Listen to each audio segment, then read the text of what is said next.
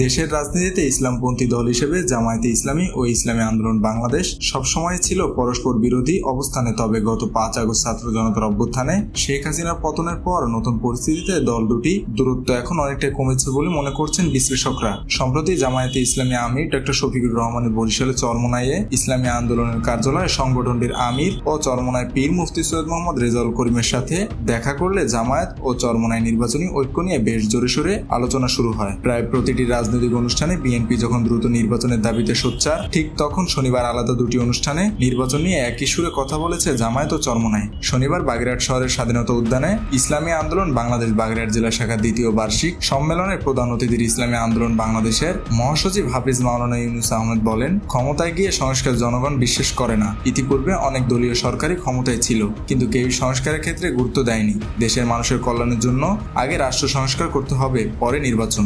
এদিকে বাংলাদেশ জামায়াতে ইসলামের আমির শফিকুর রহমান বলেছেন, আগে গণহত্যার বিচার হতে হবে, নির্বাচন প্রয়োজনে আরো পরে দেওয়া হোক। বিগত সময়ে এবং ছাত্র জনতার আন্দোলনের সময় যারা মানুষ হত্যা করেছে তাদের বিচার এ দেশে নিশ্চিত করতে হবে, তারপরে নির্বাচন। শনিবার সুনামগঞ্জ শহরে সরকারি জুবিলি উচ্চ বিদ্যালয়ের মাঠে সুনামগঞ্জ জেলা জামায়াত আয়োজিত কর্মী সম্মেলনে প্রধান অতিথির বক্তব্যে এ বক্তব্য করেন তিনি। নির্বাচন প্রশ্নে জামায়াত ও চরমোনাই আরো কাছাকাছি আসার বিপরীতে বিএনপির প্রতিক্রিয়ায় নজর দিতে হবে। মেহেদী হাসান বাপ্পি, খুলনা গেজেট।